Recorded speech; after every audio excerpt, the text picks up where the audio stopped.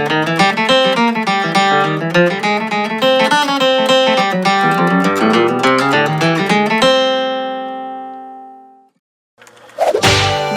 lay me down.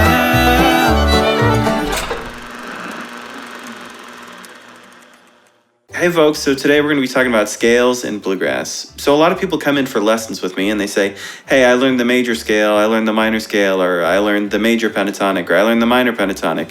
Is that good for bluegrass? Is that bad for bluegrass? So on and so forth. It's all part of that mentality that says, hey, if I had that perfect scale, then, I could play bluegrass or I'd be a better guitar player.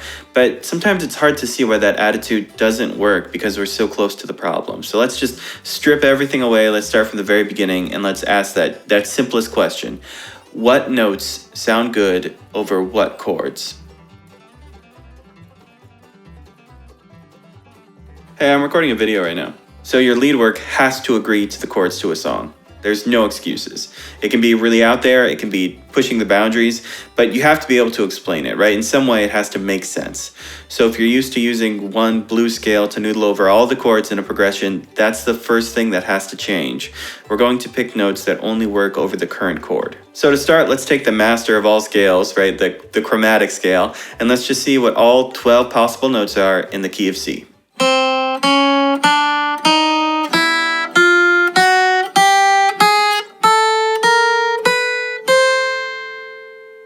Now I'm going to be your rhythm guitar player and your lead guitar player at the same time. So what we're going to do is I'm going to have a C chord on the bottom and you're going to hear a lead note on top. We're going to go through all 12 notes of the chromatic scale and just with our ears we're going to decide which notes are consonant or dissonant. So just a quick note here, consonant doesn't mean pretty, right?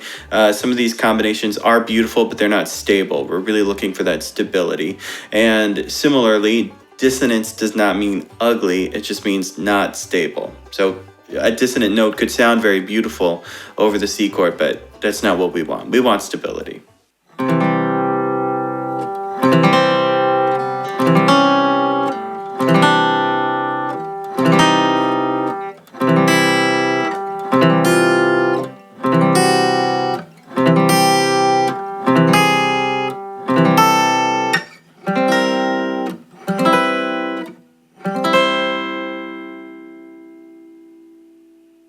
Cool, so we're left with 5 acceptable notes. So what's that Greek prefix for 5 again? Penta, as in pentatonic maybe? Please welcome pentatonics. 1, 2, 3, 4. Can you pay my bills? Can you pay my... So if you want a rule or kind of a guideline, we're basically avoiding notes that are a half step away from chord tones, right? Those are where we're going to get the most dissonance because they're really similar to a note that we're already hearing. That's basically what we're doing. And that gives us all of our consonant sounding scale degrees, right? Notes that aren't harmonically confusing. So that's great and all, but when we play in the key of C, right, we're going to have other chords that come up. If we're playing bluegrass, we're probably going to have an F chord and maybe a G chord or a G7. So let's try out this whole system for those chords too, right? So let's check out our F chord against all of our chromatic tones.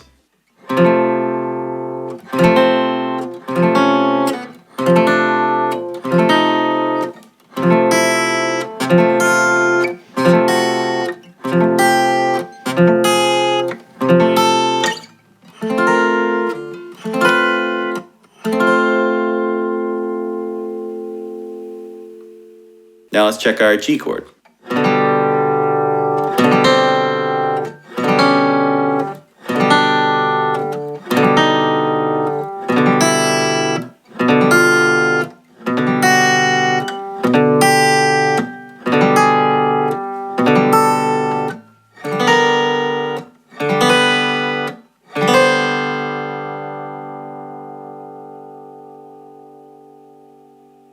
So out of all the possible notes, out of all 12 chromatic notes, we found 5 notes that we liked over every chord. So just to double down on our findings, let's compare those 5 notes from each chord against the C major scale and see if they line up. So our C major scale is C, D, E, F, G, A, and B. That's 7 notes. So we know that none of these are going to work out perfectly. We're going to be left with 2 extra notes for each one of these because we only got 5 notes for every chord and the C major scale is 7 notes. Let's see what happens.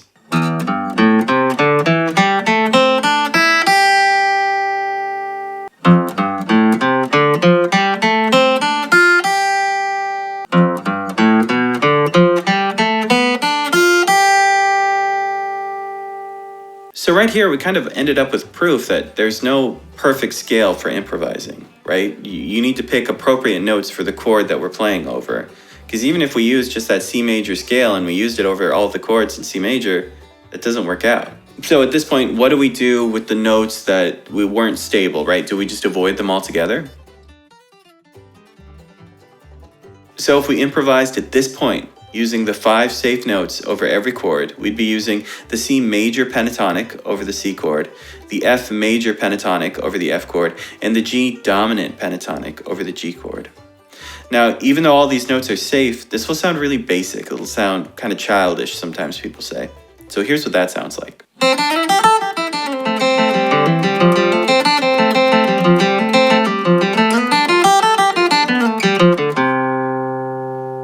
So I guess what I'm saying is that even the right notes are wrong, right? We need to be able to introduce some tension to the solo to make it feel dangerous and alive.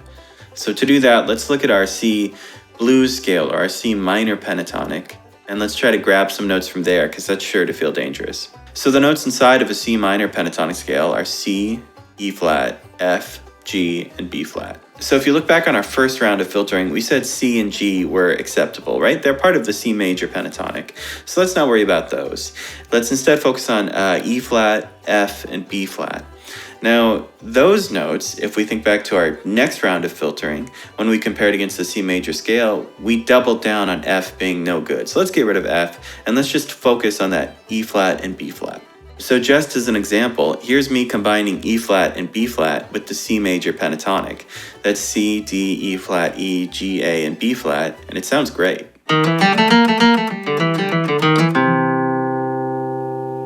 So how does that work, right? I mean, those are notes that specifically we said sound bad over the chord, and now we're using them and they sound good. Well, I've introduced some blues or danger to my solo, but the real trick is I never sit on those notes, right? Once again, that kind of acceptable danger. I'm an acceptable bad boy. I got a tattoo on my calf, but I only ever wear pants or something, right? As long as I go through those notes and I never sit on them, I'm still safe. The ear doesn't get a chance to linger on them. So what exactly are those notes? Well, E flat is the minor third of C, and B flat is the dominant seventh. So we can find the minor third and the dominant seventh for all of our other chords as well. And it's actually a lot easier than you might think. Let's take F, for instance. If we change F from F major to F minor, the note that changes is A to A flat, right? So our minor third would be A flat, right? Like from a minor chord. If we turn our F major chord into an F7 chord, into a dominant seventh chord, then the note we're adding is E flat, right? So that's our dominant seventh. So in the case of F, we got A flat for our minor third and E flat for our dominant seventh. Now if we do that for G, right, if we turn our G chord into a G minor chord, we have a B going to B flat, so our minor third would be B flat. And if we're looking for our dominant seventh, if we made a G7 chord, the note we'd be adding is F. Now F is actually already in our acceptable notes for G, so we don't have to worry about that. So after doing all of that, here's our completed scales for C, F, and G. For C, we have C, D, E flat, E, G, A, B flat. And for F, we have F, G, A flat, A, C, D, and E flat. And for G, we have G, A, B flat, B, D, and F natural.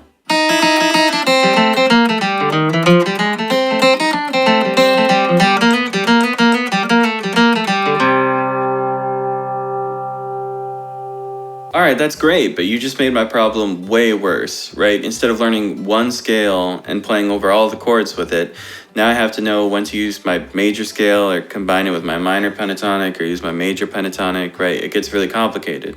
Well, the good news is these next two steps make it a lot easier. And actually, that's not really how I think about it, right? I'm thinking about those 5 acceptable notes, basically pentatonic scales for every chord. And then when I want, I know I can play with the third or add the dominant seventh, right? It's like layers of choice. It's not like there's one big mountain you always have to be thinking about and holding in your brain. That's impossible. I'm raising the difficulty when I'm comfortable and when I can. So lots of these scale degrees, for instance, the minor third and the dominant seventh, they have a way that they're commonly included in bluegrass, right? So the key to embedding some of these things into your playing can just be to learn some new licks or think about old licks and knowing why they work. So for instance, let's take the Leicester flat G run. So I just played it in the key of C, and the notes in order are C, D, E flat, E, G, A, G, C. Now, that E flat right there, that's the weird note. You know that. That's our minor third. We've been talking about this, and that's what it is. It's right there in the G run. It's not a strange thing. It's not uncommon to bluegrass. It's been there forever. Now, those three notes in a row, D, E flat, and E, right there on your D string, right? That's open, first fret, second fret. Those are things that you can include all the time. Everyone plays those three notes in a row all the time, and now you know how to as well. So what about that dominant seventh note? Well, a really easy way to include that is actually, I think I heard it for the first time in I Am a Pilgrim, right? The idea is you can start on the root note of a chord. So if we're playing a C chord, we can start on C. And if we walk down chromatically, C, B, B flat, right? That third note will be the dominant seventh. And that works for every single chord. For F, it would be F, E, E flat. For G, it would be G, F sharp, F, right? Every single time I'm landing on that dominant seventh. Here's an example of me doing it for every chord.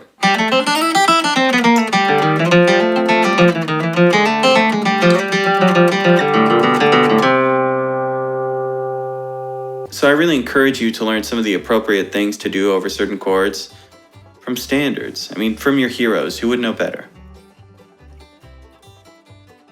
All right, this is kind of a funny one to include in the end, but I think it puts things into perspective, and I think it will help you too. There's only 12 chromatic notes. Now, over the chords C, F, and G in the key of C, we've already talked about including 10 of them. In fact, there's only 2 notes out of the chromatic series that we haven't included yet, and they're C sharp and F sharp. It's not hard to include just 2 more notes. In fact, here's a solo that I wrote that was in the beginning of this video. And it's just one pass through that chord change, and I actually hit all 12 chromatic notes twice. So give that a listen again.